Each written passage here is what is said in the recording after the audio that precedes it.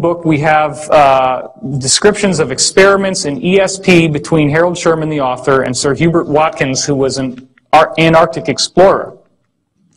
They documented some fantastic telepathy experiments. In one case, Sherman is sitting there in his room in LA, and he's tuning into Watkins, and he gets this pain in his head, and it hurts a lot. And so he writes down, okay, pain in the head. When we correspond that to what Watkins' journal said at the same time, all the people in his Antarctic expedition team were bumping into this stovepipe that had fallen down with a sharp edge, and they were actually lacerating their head, the skull. Bleeding from that. And he was feeling the pain. Just like I said, there's an energetic transmission of the pain. Well, after Watkins died, the telepathy continued, because they were so much in affinity with each other that he could recognize Watkins when he spoke. So Watkins is describing in some of these readings, I guess you could call them, what it took for him to get into Sherman's mind. And he said there was a nested set of spheres that he had to go through. And he had to find a channel to the center to get to the message to Sherman, which was not easy. That's why they call it channeling. Because, and I didn't go into this last time, but what really appears to be happening here is everybody knows about the system of chakras, the esoteric system of chakras. The chakras are actually different levels of your soul and different levels of where your thought processes and consciousness processes are happening. So as you go through these Kundalini meditations, the idea is that you're supposed to raise the Kundalini serpent. I was shown in multiple readings that the actual process of raising that Kundalini is collapsing the chakras together into this set of nested spheres.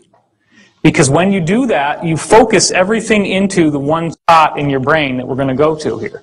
So this is bringing all your chakras together and then finding that channel so that the entity that's trying to reach you or your higher self can get to the center. Because the center is where all the action happens. Why is that? Well, the center of your brain has a small gland in it called the pineal gland, which, as you can see here, it was called pineal because it's shaped like a pine cone. This is the exact geometric center of your brain. It's right here. And this, as we're going to see, is very important in ancient cultures. The Sumerians gave it a description, which you can see here, the little acorns on the top of the staff that he had. And there's also a little jobber up here. And what we found out from Dan Burish is that these can be reversed. The cylinder seals can be flipped over, and when you start doing that, you see some very interesting things, like the eye in the triangle, and another eye in the triangle right here. So the Sumerians were hiding information. They were encrypting information in these seals. So this is the one we were just looking at. Here's your little pineal gland, and the other one up there. Well, look at this. Now, if you've seen Stargate SG-1, the first episodes, you remember the Goa'uld, the villains in Stargate? You remember how they had these helmets that went around their head that looked like a snake? That's the helmet. That's the Anunnaki. They were human-like people, but they wore these weird helmets in order to appear like gods to the primitive Sumerians they came to. And this is how they encoded the secret of what they really looked like inside this image right here. It only works when you put a mirror image on it. But then you also see he's holding all these pineal gland staffs, and he's got this seal over his head, and more symbols here. But it gets a lot more direct as we go on, and you're going to start wondering to yourself, why in the world are all these cultures focusing on the pine cone? This is Osiris, the lord of the underworld in Egyptian mythology. This is his staff, which, as we now know, this is the raising Kundalini, the serpent, but it also represents DNA. And there on the top, as the Kundalini rises, what are they looking at? They're looking at the pine cone. That's the junction point where all this energy comes together. Now, King Tut has this Kundalini serpent actually going through his head. That's a symbol that they gave, that the pineal is fully activated, that your chakras have now all turned into that nested set of spheres, and that access from the higher realms is moving directly through your head. And they believed he had that. Whether he did or not, we don't know. Here's the Babylonian god Tammuz, and as you can see, he's holding a pine cone. So once again, he's a very powerful god from that tradition, and you're seeing the same type of symbolism coming through. Then you go over into Hinduism, the goddess Shiva, the goddess of destruction, the breaking down of the old to purify the way for the new. What does her head look like? What does that hair look like? It's another pineal gland.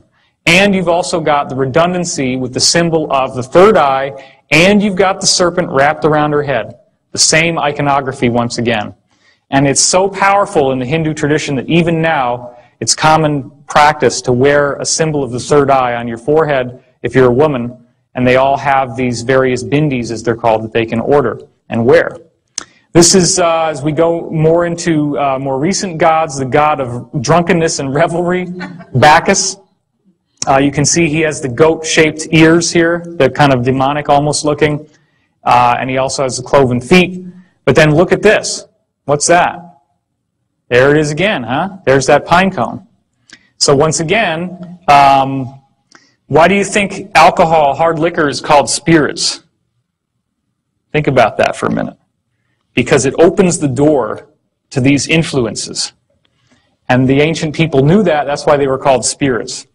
You've ever seen people who get like completely possessed when they're drunk and they just seem different, and they seem a lot more negative? Well, negative entities in some cases seem to be able to grab hold through the pineal gland.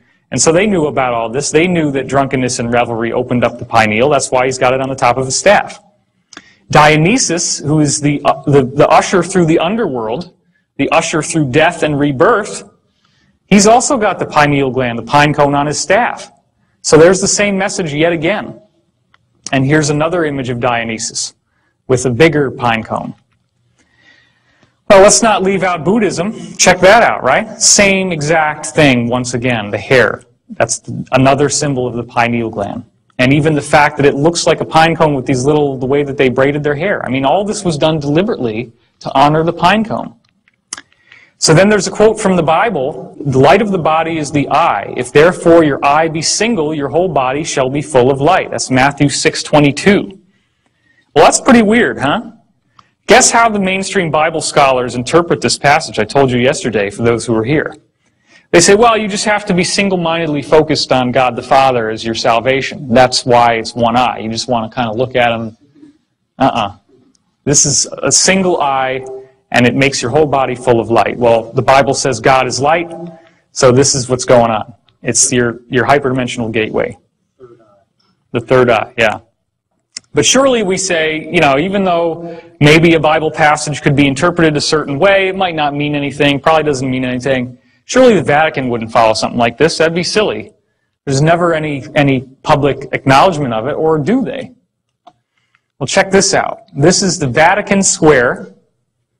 And this is a gigantic statue of a pine cone. It's the largest statue in the Vatican, anywhere outside, except for this little ball over here, which we're going to look at closer in just a second.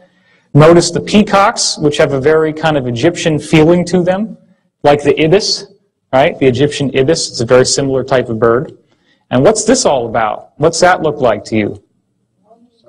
Aha, that's an open sarcophagus, just like in the King's Chamber or the Great Pyramid.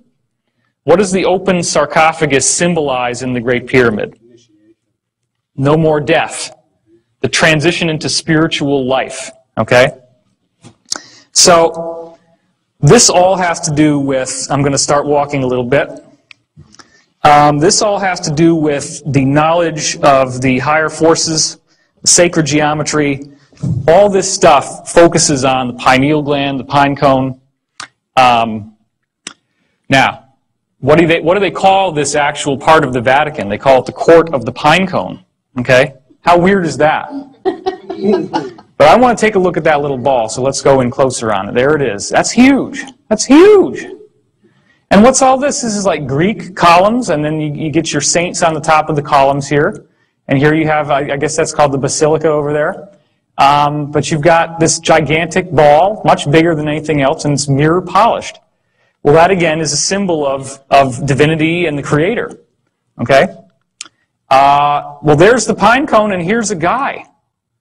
Look at that. I mean, a man is not even tall enough to reach the bottom of the pedestal of this pine cone. What the heck is the point? If everything that I'm telling you is bullshit, and you go home and are like, oh my God, this guy has been smoking some really weird stuff. Okay, fine. If you want to believe that, that's fine, but answer me this. What the hell is that? And why is it there? And why do they care? And why is it in every single ancient culture in the world? says the same exact thing, and it looks just like a